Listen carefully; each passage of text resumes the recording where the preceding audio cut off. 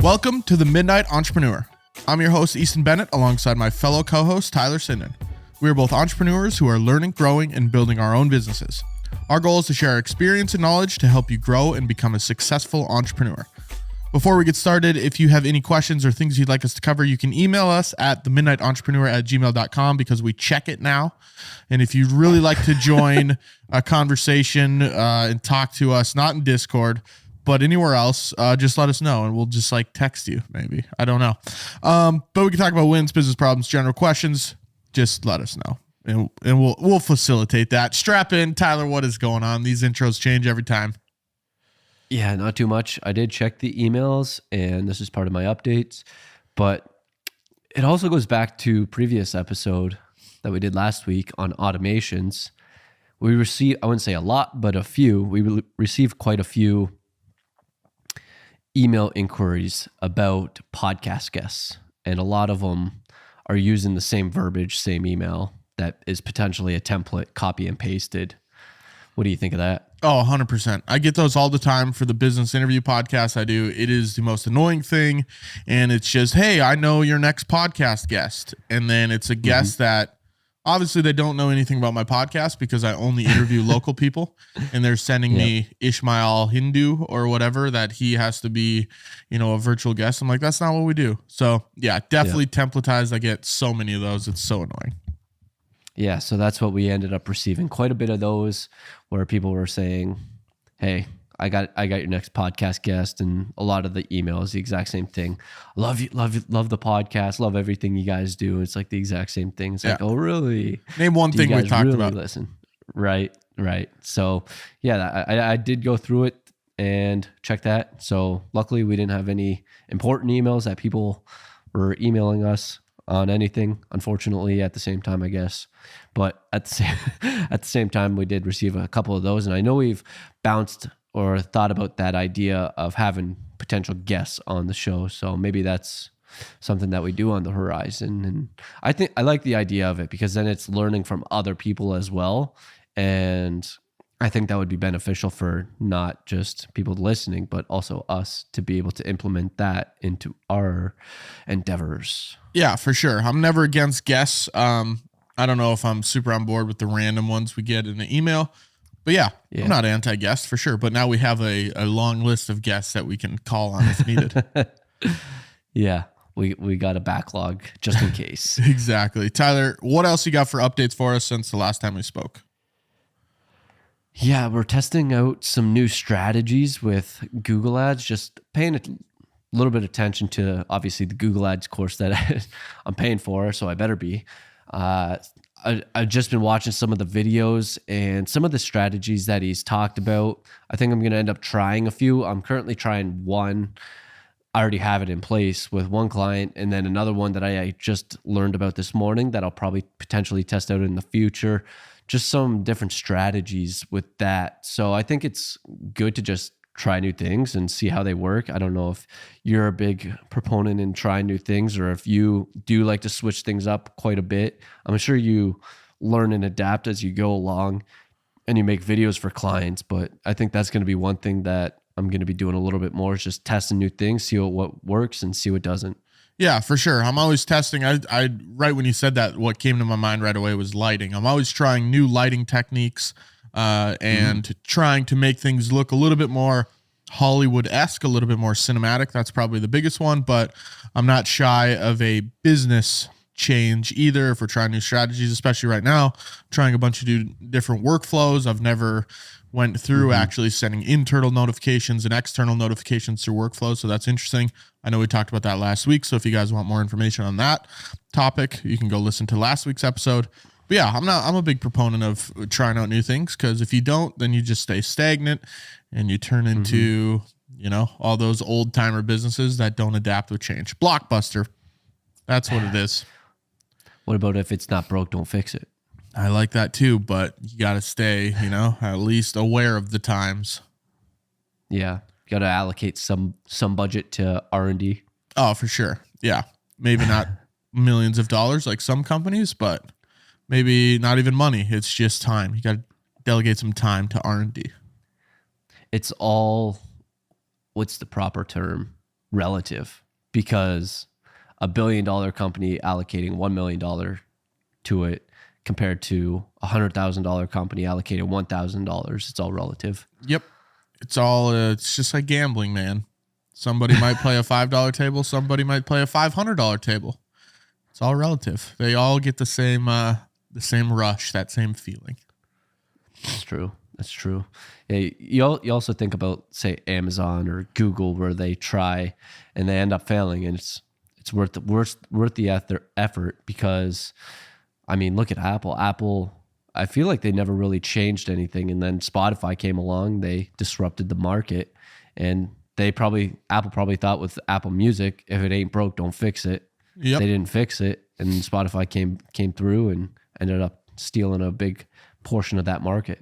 Yeah. Do you use Apple Music or Spotify? I'm a big Spotify guy. Honestly, Yeah, I slander people that use Apple Music, which I probably shouldn't, but I'm an Apple Music hater for sure. For one of the biggest Apple fanboys, I got a MacBook, I'm on an iPhone, I got Mac Studio. Apple Music ain't it, man. But yeah, good example of not changing with the times. Spotify came in and did it better. Maybe that's branding. Is that branding? Yeah, but I think a lot of it is interface too. Like, I used to have Apple Music, but I just like Spotify way more.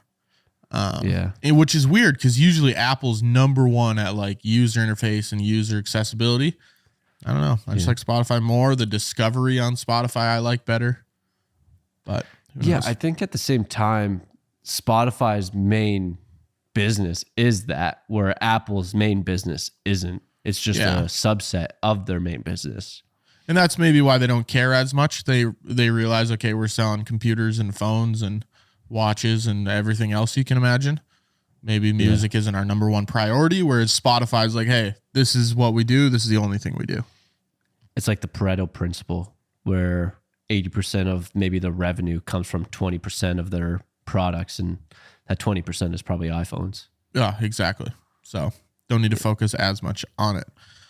But yeah, change with the times. Can't remember how we got into that. But what other, the new strategies. What other updates you got for us, Tyler? Yeah, so the last thing, I was working on some more Nuevo blogs this morning, your favorite. And I was looking back, and I saw some of our first photos that we did when we went out for the photo shoot. It was probably -20, -30. It was extremely cold that day. And looking back, it's just like, man, those were good times. We had some fun out there. Even though we were freezing our asses off, we had some good times. The batteries all died because it was so cold. But just looking back at the pictures, it's like, man, that was some good times. That was part of the process. Yeah, I actually had a similar feeling recently. I was going through my camera roll, just clearing out a bunch of old screenshots, and because my storage is full. And I was scrolling through back in the days when I was making videos in my parents' basement, and I saw some old social posts I was putting on there, and it's like, I'm looking at them thinking, man, was I delusional? Like, I was 100% faking it till you make it. But then it did kind of strike that of, that was a fun time though. You know, just sitting there, was making no money, was making videos. It's a good time. Just enjoying the process. Exactly. You good over there? Got a big booger there? I'm good. I just really stuffed up. I don't know why I'm so stuffed up this morning. Hopefully I'm not getting sick. That'd be bad, but yeah. Is it cold out there? We probably got 5 to 10 inches today. Oh, did you? Yeah, and it was we haven't had snow in a couple months, so pretty bad storm. But yeah, nice. That's North Dakota. We get snow from time to time, so can't really complain. I'm actually gonna go shovel after this. Get outside, see some of the sun that's not out. It'd be a good time. The life of a homeowner. What's going on with you? Exactly. Well, being a homeowner. Another thing is talk to Matt. Basically what we've decided is that, we'd like some more touch points where we're not having, sometimes we have really good communication with the projects and where we're at in them. And then like last week was super busy, so we didn't talk as much. And we had a conversation on Friday just to go through things, see how all the projects are going, and decided that, hey, let's just do, Monday mornings. Let's start having weekly sales calls, make sure we're on top of all the projects that we're on. So we're implementing that starting well, from filming this, we're starting tomorrow morning, but when you guys are listening, it's probably already happened. So excited to start implementing that. I got some of the workflows set up that is allowing the website form. When the website form's filled out, it pushes them into a new sales workflow. And Matt's tied to that. I'm tied to that. So excited to see how that starts working. I don't get a ton of leads on the website anyways, so it's not like it's going to just be flooding his messages. But good to get it on there. It's funny, the second I hit publish on that workflow, I got someone fill out a form on the website and it sent it to me. And I was like, oh God, what are the odds? Went through it and it was just a guest speaking opportunity. And they didn't actually want a video project. But good to see that it actually worked and that the workflow is working. So yeah, it's kind of cool to see. And I'm excited for those meetings. Did you create the page that was recommended? Is that what that was? What do you mean by recommended? The podcast guest I application page. So that's my last, that's the last thing I'm going to do. Hopefully get that done today. I was getting the sales workflow done. So when we get a new lead and what that looks like, taking them to closing the deal. And then I was working on the production workflow, taking them from when they are onboarded to when their video is complete. And then the podcast is the last. So I got to set up that page and fill out that form. But honestly, it's pretty similar to one I already have set up. So I could probably do a lot of copying and pasting. So that shouldn't take too terribly long. But yeah, I'm really liking the workflows and automations. It's definitely a learning curve. I've definitely had a lot of logged minutes on the chat on the app where you're actually speaking to an agent. They're walking you through stuff, but I'm getting through it and I'm enjoying it. So I feel like for this, because it is a fairly new product,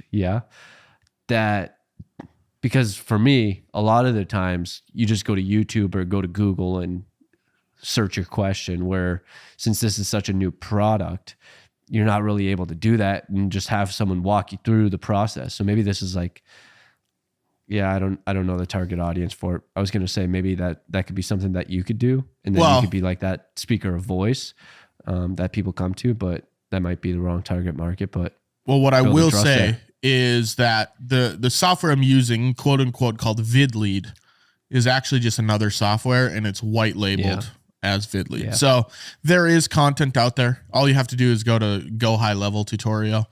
That's the actual software, is Go High Level. And there's a ton of content out there, but a lot of it, it's crazy how fast these agents get back to you and know how to answer your specific problem just like that. So I was actually thinking about that because I was searching through YouTube and I'm like, oh, I want to learn some, automations that I might not think of, or what's some cool things other people are doing. And there's not a ton of content out there on like the intricacies of like, hey, here's step-by-step how to do it. And I wonder if it's because their customer support and their chat is so good. Maybe. You know what I mean? People just aren't even searching like YouTube. Yeah. Like the HubSpot chat is really good. You can either send an email or you can get live chat. They have HubSpot articles, but there's still, I don't know. Maybe it's just because it's so new. I don't know. Yeah. You were saying like high level. Yeah. And I do like it. It's like, I always get connected with an agent within 2 minutes and they're automatically on my account. And they're looking through what I'm looking at, and they're like, oh, this is exactly how you do it. They record a Loom video for your exact situation and send it to you. And I'm like, damn, cool. This is legit customer support here. So I will give some props to Go High Level's customer support. They definitely are. So I thought it was going to be like VidLead's. No, VidLead pretty much, they pretty much have nothing to do with it now. They set up the like sign up where you can, They added a bunch of workflows and automations into the back end, so there's not a lot of upfront setup, which is actually good. And then they do have a 14-day boot camp inside of the VidLead where you can go in there and you can watch them explain things video specific. But any intricate questions on the software in general, it's just Go High Level support. So, gotcha. Yeah, but it's going good. The last update I have for us is, I was getting to think about, these workflows, and I'm sending sales text to someone on the team, and I say, hey, so-and-so wants a proposal, draft the proposal. Then it sends a text to me, hey, send the contract. And one thing, and it's funny, we're actually going to talk about this today about courses and building trust when you're buying things. I wonder if it would be beneficial to have, 1 to 5 high ticket closers that are selling these video projects, and they work solely based on commission. So I don't know what that structure looks like. It's honestly just a thought not last night, but late afternoon yesterday is, that's how I bought my course. I hopped on a call with a high ticket closer. He closed me on, the 12-month course that I went through. That was $2,000 a month. And I'm sure he got a commission from that. Whereas I wonder if you could train somebody to be able to sell these videos. The problem is then feeding them enough leads to be able to sell the videos. But, honestly, I was just thinking it'd be nice if there was some high ticket closers selling these projects. But I think that might be something down the road. 1, you got Matt, and 2, maybe you got to build trust. Yeah. And that's where I'm like, I don't think I'm big enough to be like, oh, we got 5 closers, right? That doesn't really make sense. Whereas 1, you're losing that one-on-one personal connection, which I think we talked about last week with the automations a little bit. You still want that connection.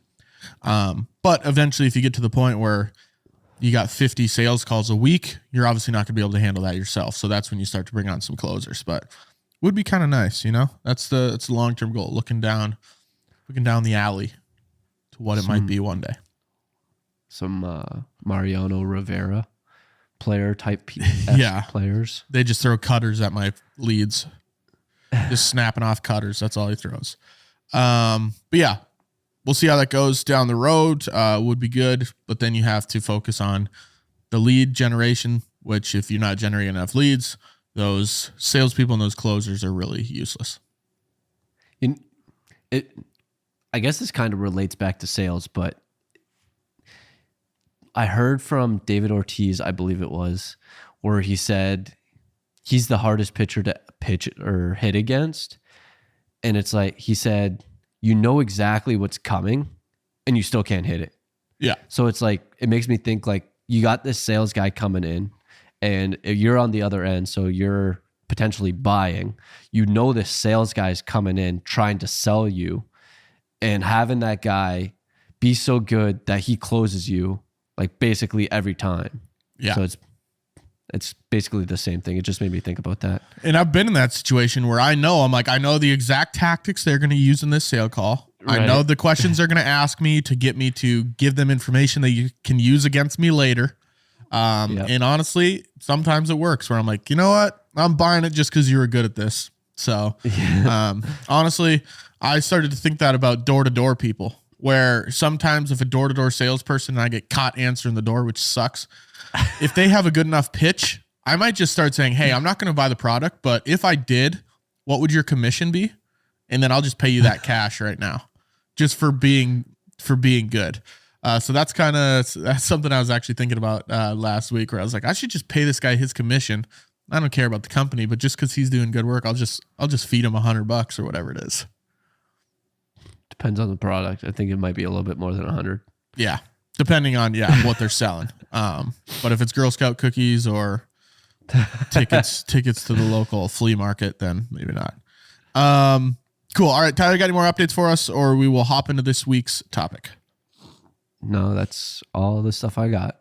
All right, cool. So we hinted at it a little bit here a couple minutes ago, but what we are going to talk about today, building trust and nurturing leads and the people that you meet. So the one way that this actually came up is we were talking about this on the mastermind, and someone in the mastermind said, how do you decide when you want to buy a course or when you want to make a purchase? So that's really how this stemmed, is that a lot of it comes from the trust that this person has built. And it takes a lot of time to build that trust and to nurture these leads. And that's what we want to talk about today, on how we can do it and some things that we've learned and experienced along the way. So Tyler, if you're looking at a business or an individual and they're like, man, I really want to start building relationships with these leads and these audience members and these viewers, whatever they might be, what are some ways that you think from your own personal experience and things you've seen, how can you start to build trust with this audience? Basically just giving free good content out. And I think it has to be valuable. And I think the way I boiled it down was 3 different segments. So either educational, entertainment, or emotional. and there's different ways. So as I said, there's free, basically anything free. So it could be YouTube, blogs, podcasts. I think podcast is the big one for me. Podcasts and YouTube are probably the two biggest ones. Short form content, whatever it might be. So there's a couple different ways that you can do it.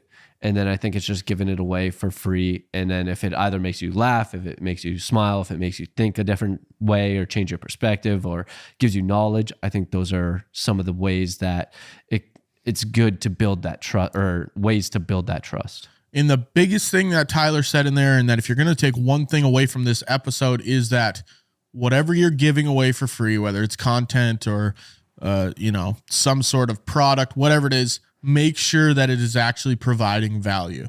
Because if it's not, if it's a piece of content that doesn't do any of those things Tyler listed, like make you laugh or makes you want to go to a website and buy something, or a call to action or whatever, it doesn't provide any value or education or entertainment, whatever it might be, then you're not providing enough value, because then it's just a piece of content that floats around in the abyss.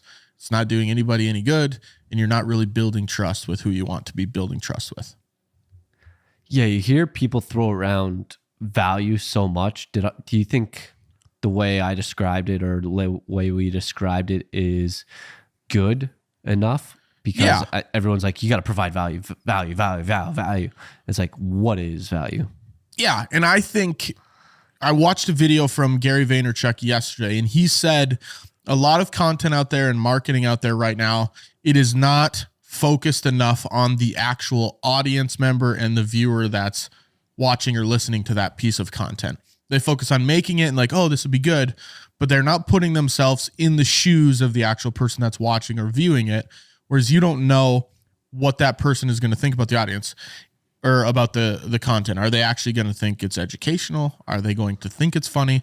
So I think if we can almost start to put ourselves in the shoes of the audience before you hit send on that piece of valuable free content, or before you release a new ebook or a lead magnet, whatever it might be, put yourself in the shoes of who your ideal audience member is. If you were to see that on your feed, would you actually be like, man, that was a valuable piece of information? I had no idea. Think about that. And that's kind of what I try to do. And I don't do it as well as I'd like to, but think about what your audience might think. Do you think that's right, Tyler? Do you do that practice at all, or no? I don't do it. I think it could be good to think about and be like, am I going to try and make them laugh? Do you think there's a specific one that would be best in building trust? I don't know about one specifically building trust. I think you should focus on your niche. So I'll make this comparison. If I'm providing value and building trust for Bennett Creative Media, my business, compared to Tyler, if he's providing value and creating valuable information and content for his Ironman stuff, those look different. For Bennett Creative Media, it might be something where I'm providing them valuable information on how to start creating social media content or the best ways to create videos, whatever it might be. Whereas there's maybe a little bit less entertainment. But Tyler, if he wants to build trust with his audience to become a go-to resource or person to ask questions in the Ironman industry, he might be providing more entertainment content where the people can latch onto his personality a little bit more. Yeah, he's still going to provide some value through, here are the ways that I'm training for the Ironman, but they look a little bit different on building that trust. So I think it stems from what kind of trust are you trying to build, and then you can focus on the type of content or value that you're going to provide. Did that make sense, or is that a long-winded answer? It makes sense, but it also makes me think, do you think there's a specific one that has a better market? So yeah, if there's one that's an overarching one that works for everything. No. I'm thinking like, do you think the entertainment audience that you're appealing to is a better or worse audience compared to the one that you're providing educational content to, for that specific market? I would lean towards, and I have no data to back this, so take this with a grain of salt, but I would lean towards the educational audience and market probably is more lucrative, where it might be worth a little bit more. than the entertainment. But on the flip side, I think the entertainment it has a way higher ceiling, but the volume of people you need for that is maybe way higher. Yeah. Whereas the educational side, you might have 1,000 people in their ticket price, their lifetime value is a little bit higher, but the entertainment side, their lifetime value might be a lot lower. But if you have 15 million people watching you, your ceiling's going to explode. Yeah, that's exactly what I was thinking too. Because when you were talking earlier, I was thinking of some of the people that could be, say, in the entertainment niche. I think comedians would be a good example because they're making you laugh. That's their That's their value. Their value is making you laugh, having a good time. And some of the ways that they can do that is through social media, YouTube, maybe even podcasts. And then what the higher ticket price becomes is going to their concert or whatever it is, their show. So I think that's where that relates to. And I think their ticket price is probably going to be a lot lower, but I think they can reach a much wider audience. And I think it's similar, say, with like Taylor Swift, where people will go and pay for that specific entertainment. And she might have like billions of fans, but they're only willing to pay $20, $100, $500, whatever it might be. I don't know. Swifties are pretty crazy. They might pay like $5,000. Right. So compared to the other side of it with the educational, they might be willing to pay up to like $10,000, $20,000 for that type of content, but there's going to be a lot less volume there where maybe they're providing like business advice, say like Alex Hormozy type of stuff, where he has all these people, they're willing to pay $50,000 for his time or whatever it might be. And there might only be maybe a couple thousand people willing to do that, but a couple thousand willing to pay 50,000 versus millions willing to pay hundreds. Yeah. And the comparison I thought of there is there's this gentleman that makes videos on TikTok and he sells private jets. So his audience and his market of someone that's going to buy a $30 million private jet is minuscule compared to a comedian that can amass, 150 million fans where they're going and paying $100 a ticket. So it definitely depends on your industry for sure, but that doesn't give you the excuse of you can't build trust. It's just, you got to figure out what's the best way to build that trust. So figuring out what your niche is, are you educational, are you entertainment? Not saying you can't do both of them, but what is something you should go a little bit heavier on? Would you agree, Tyler, that it's more so you can do all of the different value adds, but maybe lean a little bit more towards one or the other? I think Andy does a really good job of this because I think he does, I don't know how much emotional, but he does really good educational and entertainment. He probably leans more so towards the educational side, but a lot of what he ended up doing with this podcast is he branched out into the entertainment side as well. And a lot of the times when you tune in, you might tune in and get some good laughs out of it. Whereas other times you might tune in and you might get some really valuable business advice. So I think he does a really good job of mixing those two. Yeah. And that's where if you can find a good balance, you're right in that sweet spot, right in that honey hole. And just moving down our list here a little bit on our notes, the trust comes in is, I don't like when people think, oh, I'm going to post this one video and it's going to be awesome, right? That might be good if you're running a specific ad. Everyone says that. Oh gosh, it drives me insane. Especially when I talk to clients and it's like, I want this video. And I'm like, why? Well, we want to make more sales. And I'm like, well, that one video, unless you're putting $50,000 paid advertising and pushing it to somewhere they could check out or whatever, is not going to make you a ton of sales. Like, it's just one video. So that's, it drives me nuts. I know my first YouTube video, I expected to be have 1 million subs after it, but we aren't there. And it's, once you realize that it's a long game and you have to actually build the trust by providing consistent value, you can't just have one video that's really good and then it's just, it's a drop in the pan and the people never hear from you again. That's not going to work. There's a common saying in marketing that, it takes 7 points of contact with the customer or a client before they actually pay for your service. If that's accurate, I know they've been saying that for years. Maybe it's a little bit different now, but the premise stays the same, that you have to touch people over and over and over again before they actually decide to buy something. I will say this. I actually just tried something else out for the first time. I haven't received it yet, but I'm trying something new out because I saw an ad and it was comparing the current product that I used to theirs, and it had like X checkmark, X checkmark, X checkmark for like the product I was using. I was like, I'll test I'll it give out. it a shot. And like something like that, where you're running an ad and you are specifically hyper targeting people that are maybe using your competitor's project or product, that's awesome, right? That probably will drive more sales. But if you're like, I just want to provide value in this video, it's not like people are going to see like, oh, this is how you shovel better, and then automatically, you're going to sell 1,000 shovels that day, right? Now, if you tell them, this is the best technique to shovel, and then this is the best shovels you want to buy, and here's how you want to do it, here's the patterns you want to shovel in, eventually someone might be like, man, I'm going to take that shoveling course that person has. Yeah. Maybe someone should start creating YouTube videos about videos on shoveling, and then maybe they'll have a course. Something like that. One other point that I wanted to touch on too is, we talked about the value providing, whether that's educational or entertainment or whatever it might be.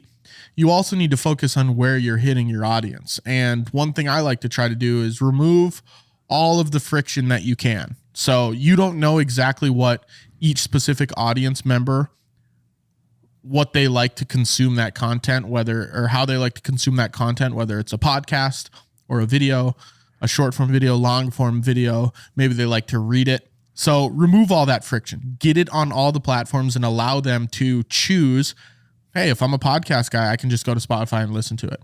Well, if I'm a video oriented person, I want to see it. Okay, I'll go to YouTube and watch the same thing that's on Spotify. So removing all of that friction is going to allow them to choose their consumption method, and it's going to, it's going to build that trust a little bit easier. I'm going to go back to a question that I asked previously. Do you think there's a specific one that has the best ROI on it? I've always been a fan of long form video. Yeah. I don't think it's podcasts, because podcasts are neat. Like, some people like, maybe 40, 50, 60. I know my grandmas aren't listening to any podcast. My parents are maybe listening to one or two. Just my dad. My mom's probably never listened to one. So it's harder to hit that audience. Everyone's seen a video. I don't know if it's, something you can read, like a PDF or a book, because I know some people don't really like reading. So I would lean more so towards short form or long form video. And then again, it goes back to what kind of value you're providing. If it's value on like, hey, here's the exact way that you need to change your oil, a long form video might be a little bit better than a short form video, because short form video might be too quick. They can't digest it. They have to go back and watch it a bunch of times, which might be good for the algorithm. But looking at, what kind of value am I providing? Is that better for a long form video, short form video? But I've always leaned towards a video kind of being that number one area.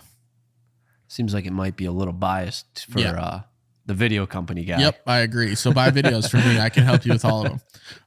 What would you say? Do you have an opinion? I don't know. I think YouTube is really good because it builds that personal connection where it's basically a podcast, but it's the video. You have the video in front of you as well. So you are being able to see what they look like and actually kind of connect with them a little bit. Where podcast, it's basically just audio. So you might not be able to connect with them. And I know I've listened to several podcasts where I have no idea what they look like. And then I look them up and I'm like, that is not at all what I expected them to look like. And then, so you kind of get surprised or shocked there. It does nothing really for like the actual perception on trust, but it's just a little bit different.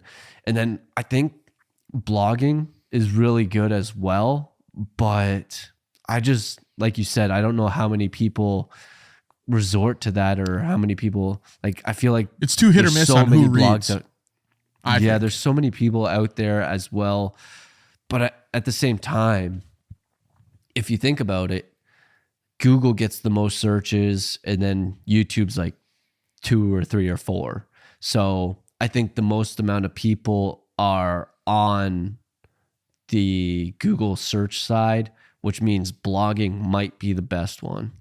But Yeah. I don't know if that's going to be the most lucrative. It's just going to have the widest audience. Yeah, and that's where I think Google helps, is because they have such a large grab of the market where everybody uses Google.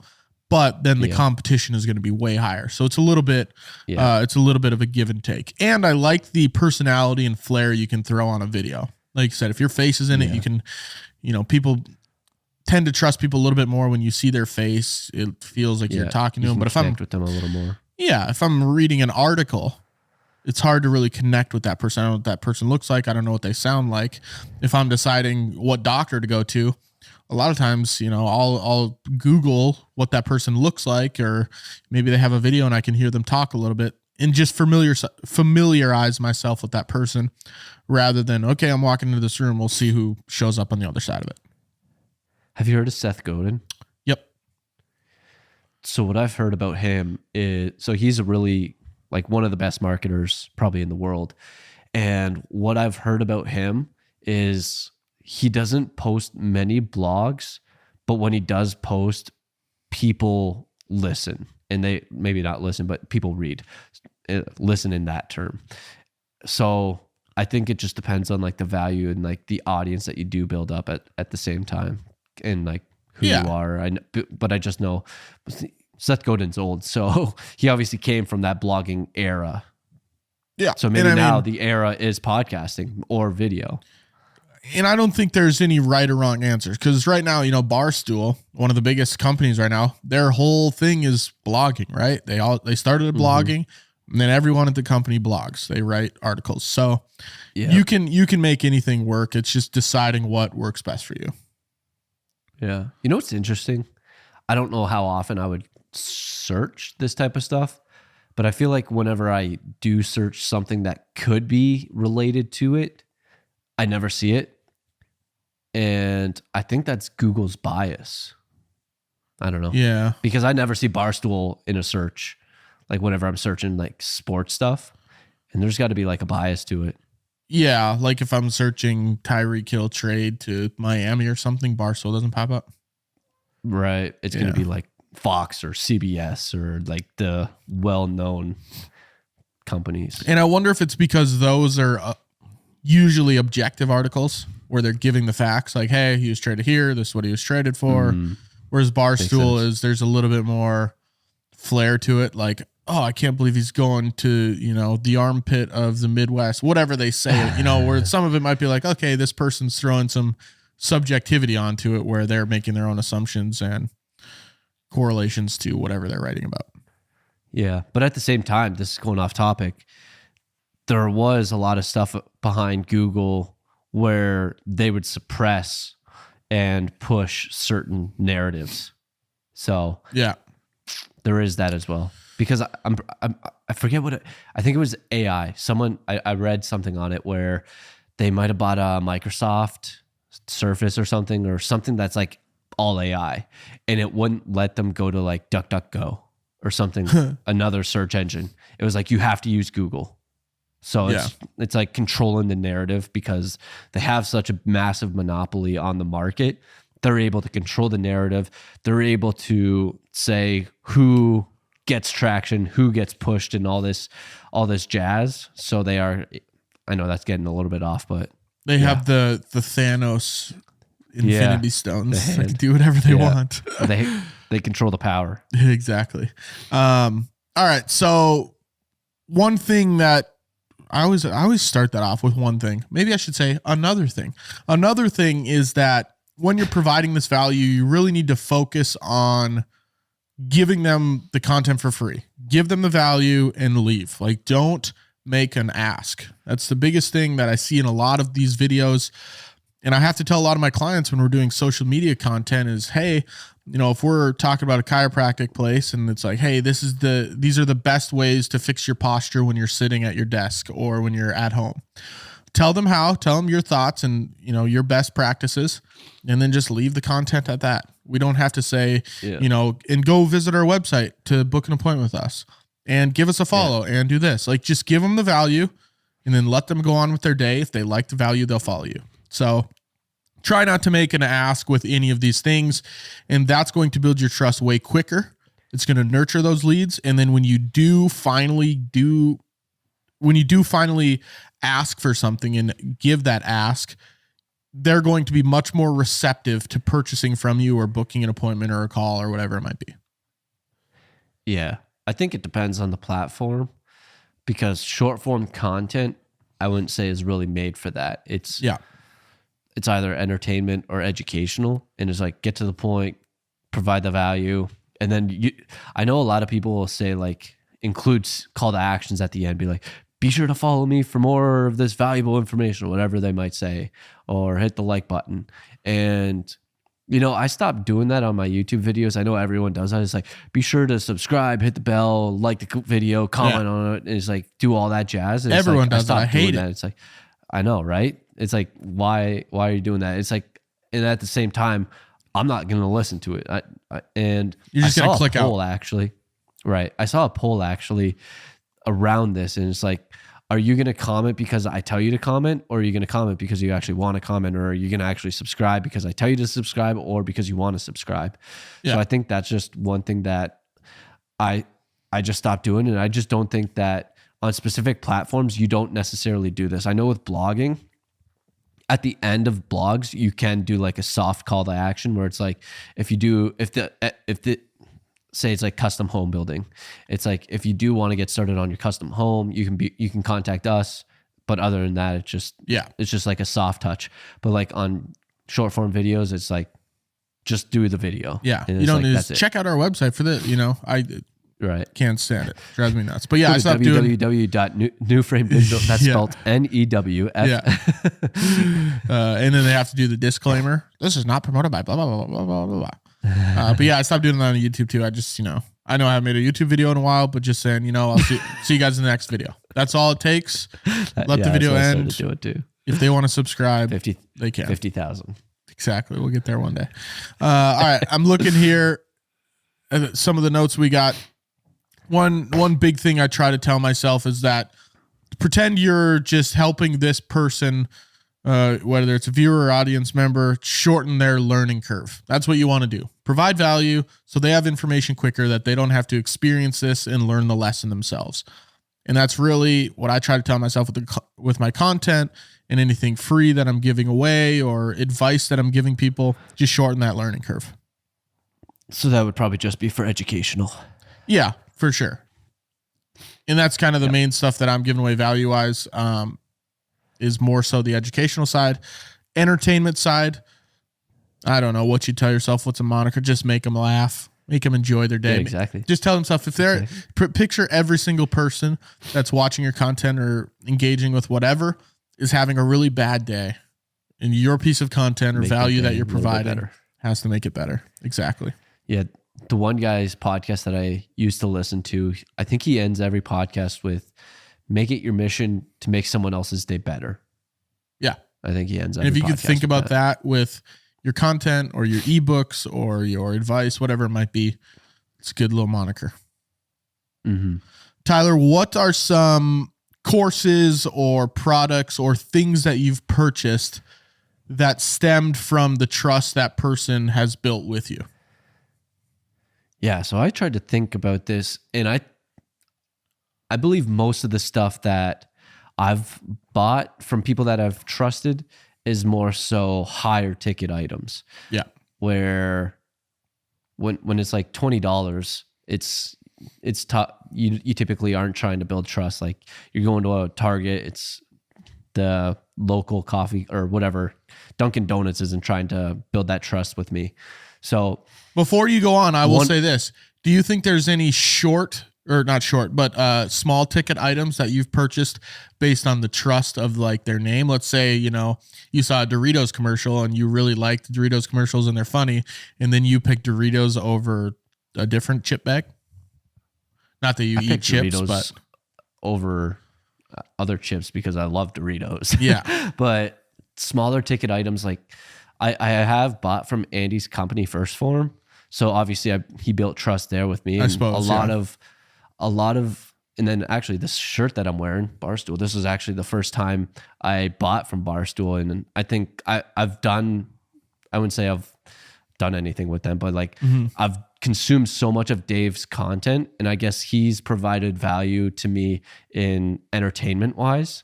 So I'm like, you know what? I don't have any Barstool stuff. I've never really supported them other than watching their videos. So this is another product that I could say, but and you trust that, hey, this sweatshirt's going to be high quality because what I'm getting from them entertainment wise is also high quality.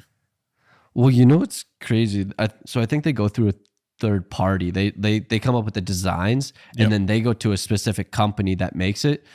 Do you know who? I don't know if you can see that, but yeah, you're pretty far, but do you know who makes these shirts? What is the tag on it? Does it say anything? Yeah, you can't see it. It's Carhartt. Okay, yeah. So they actually go through Carhartt and then they just put their logos on it. So that's kind of cool. Yeah. So you know Carhartt makes quality products as well. So exactly. But sorry for the interruption. So, I don't know. I'm trying to think of like smaller ticket items that I've built trust through. And like I was thinking for a while, and I don't think I could think of any. Maybe you can come. I'll come back to you after I go through my list here. But one of the things that I bought through having someone build trust, actually two people build trust, is Arte, and just buying that course. I think it took a long time for them to actually build it up. I probably heard it maybe like 20, 30 different times before I actually did buy it. And it was just the amount of times that they provided value. So that's Andy and Ed just providing value to me. And I was like, you know what? I'm going to buy it because they've provided so much value to me.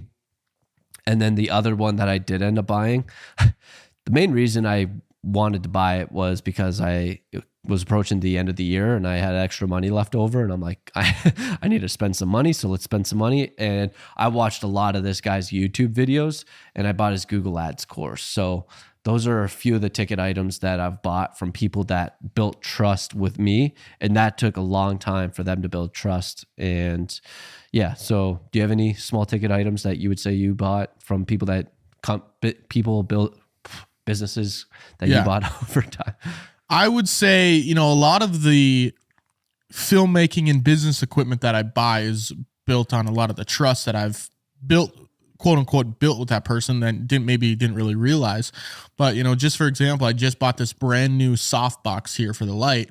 And over the last however many years, 5-6 years that I've been doing video, Aperture always puts out high quality videos on like, hey, here's the best way to light a diner scene. And they're creating value and they're providing value on actually creating better videos through lighting. So automatically when I want to buy a new product or a new lighting product or a softbox or whatever it might be, I think Aperture. I'm like, I could trust that person. They've been teaching me how to light things for the last 5 years. And that's automatically who I just go to buy that product. So that's the first thing that came up, that where they provide value. And then I automatically just in return buy that product.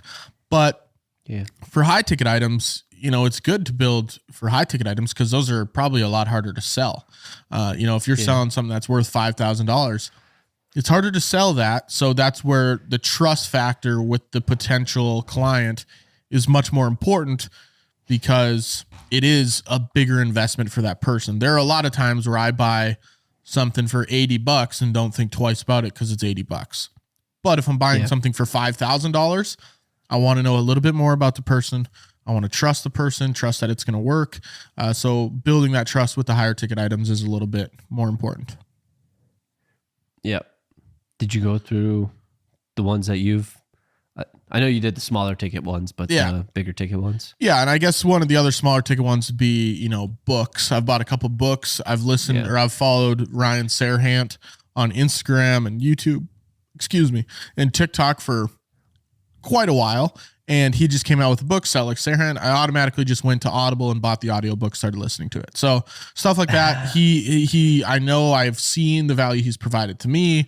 I've seen the brand that he's built. So I automatically am like, okay, I trust this person. Let's see what he has to say in his book. Same with Alex Hormozy. You know, we've been listening to Alex Hormozy content for years. And when he finally released, I think it was probably last year when he released his newest book, I think I bought 10 of them. And I gave some away to my clients. So he's been building that trust for however long that I didn't even think twice about buying that book, which might have been $25, $30. So those are some smaller ticket items. Some bigger ticket items, 2 courses that I bought, full-time filmmaker, basically a filmmaking course that teaches you everything you need to know about video. I had learned every single thing from Parker Walbeck, who's founded the company, on YouTube and through his content, that eventually I trusted this guy so much. I was like, I'm going to buy his course. I need to learn more about what he's teaching. So him giving me that free content on YouTube on how to light, on how to shoot video, on how to run audio, all of that free content led me to trusting him to purchase his course. Same thing with the VBA when I joined it. I had seen a lot of Nick's stuff on YouTube and a lot of his stuff on Instagram, and him providing value on different strategies on how to grow your business, that eventually when he reached out, and I don't know if you know this, but I didn't reach out to him. He DM'd me and he's like, oh, are you a videographer? Got me on a call. So at that point, when I got on the sales call and they talked about it. Said that? Probably. Yeah, he definitely didn't say that. So eventually, I trusted all of the content that he's providing, got on a sales call. I bought the $2,000 a month package. I trusted it a lot more than if it was just some stranger DMing me. So me seeing his content and the value that he provided definitely lended its way to an easier sale when I did hop on that call. August 26th. That was Alex Hormozi's book. Do you remember what I said to you? I think so. It was when I ran my marathon. Oh, yeah. That's all I remember. Do you remember what I said to you, though? I can't remember. No. I don't remember exactly what I said, but it was something along the lines of, it was like, I don't care about your pitch. Just let us buy your stuff because I'm buying it anyways. Yeah, exactly. It's like, you don't need to keep going us through that this value for so long. Yeah, and it's like, I'll buy your book. This could be a 2-minute endeavor. And that's all I need from it. So, yeah, it's kind of funny when you build that much trust. Yeah. And what was I going to say? I kind of full-time filmmaker, VBA. Yeah, I don't know. I forget now. Yeah, that's all right. Do you want to talk about, I think we've already kind of talked about that stuff at the end. Tyler, is there anything else that you want to add to our lovely little note sheet here, and anything else we can provide some value to our audience for free, for freezies, a freebie?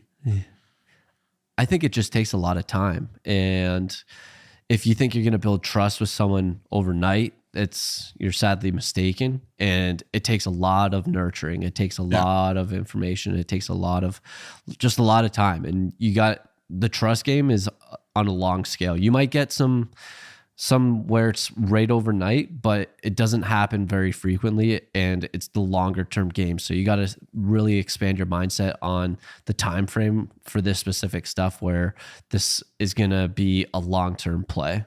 Yeah. Focus on becoming the expert in this value that providing, and rather than a quick hit where you want to make money quick and build this audience and convert people. Focus on the long term. Takes a lot of time, takes consistency, and that's what's going to be the winner in the long run. Tyler, give,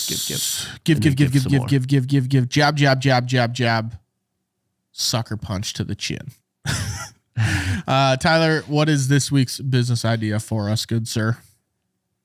I had this idea a while ago, and I think it's just people, man, I keep saying I believe a lot of people lack urgency. And I believe this would be a good way to increase people's urgency and making them not waste as much time, but having like a 16-hour clock or timer, and it just starts every single day. And then you see it count down, and you just see your timer running out, because you only get 16 hours in a day. And there's also that one saying where if you have a bank account and you have, I don't know what it is, like $32,600 in it, and at the end of every single day, it goes to zero, and whatever you don't use out of it, it just goes away into thin air or whatever it might be. And it's just a different way of saying, like, you only have 16 hours. How are you going to use those 16 hours? And just trying to add urgency on it. So I think, or I thought of just like a timer or clock or whatever it might be, and then you just see it all the time, and it's just there. And how are you going to spend those 16 hours? Because you're not going to get these 16 hours back, and you want to be able to optimize those 16 hours, use them the best that you possibly can. Are you wasting those 16 hours? Are you doing something productive? And then you see, maybe you come up with, and you wake up in the morning, it's like, I got 16 hours. And then 5 hours later, you see it, I got 11 hours left. And it's like, what did I do in this last 5 hours? So it was just a thought to try and add urgency on people's lives, because I think a lot of people do lack urgency. And I know I was definitely been in that and somewhat am, but yeah. Yeah. And for the people that don't know, they're like, there's 24 hours in a day. Well, you have to sleep for 8 hours. If you're on a good, healthy circadian rhythm sleep schedule, you get 8 hours. If you're not, you're Tyler. But yeah, 16 hours. Prioritizing sleep right now. Dude, sleep is awesome. I started to realize, and I never did, but I'm like, oh, I'll go to bed at midnight and I can get up at 7 hours. It's like, no, I am the best when I get literally 8 hours. It's perfect.